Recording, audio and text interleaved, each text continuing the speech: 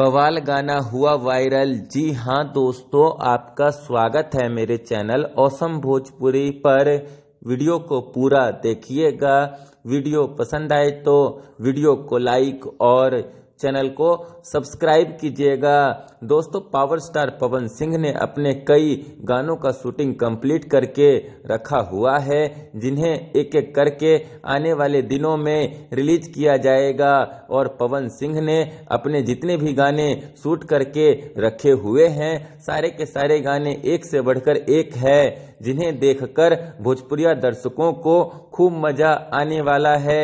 ऐसे में दोस्तों, अभी सुबह सुबह पवन सिंह के शूट हुए नए गानों में से एक नए गाने के शूटिंग टाइम का एक वीडियो सोशल मीडिया पर खूब वायरल हो रहा है, जिसमें पवन सिंह इस गाने की पूरी टीम के साथ शॉट दे रहे हैं। दोस्तों, पवन सिंह का ये वीडियो अभी सोशल मीडिया पर खूब ज्यादा वायरल हो रहा है, और इस वायरल वीडियो को देखकर साफ पता चल रहा है कि पवन सिंह का यह गाना बहुत ही बड़े लेवल पर शूट किया गया है। खैर, फिर मिलते हैं दोस्तों किसी नए वीडियो में। वीडियो पसंद आए तो वीडियो को लाइक और चैनल को सब्सक्राइब कीजिएगा।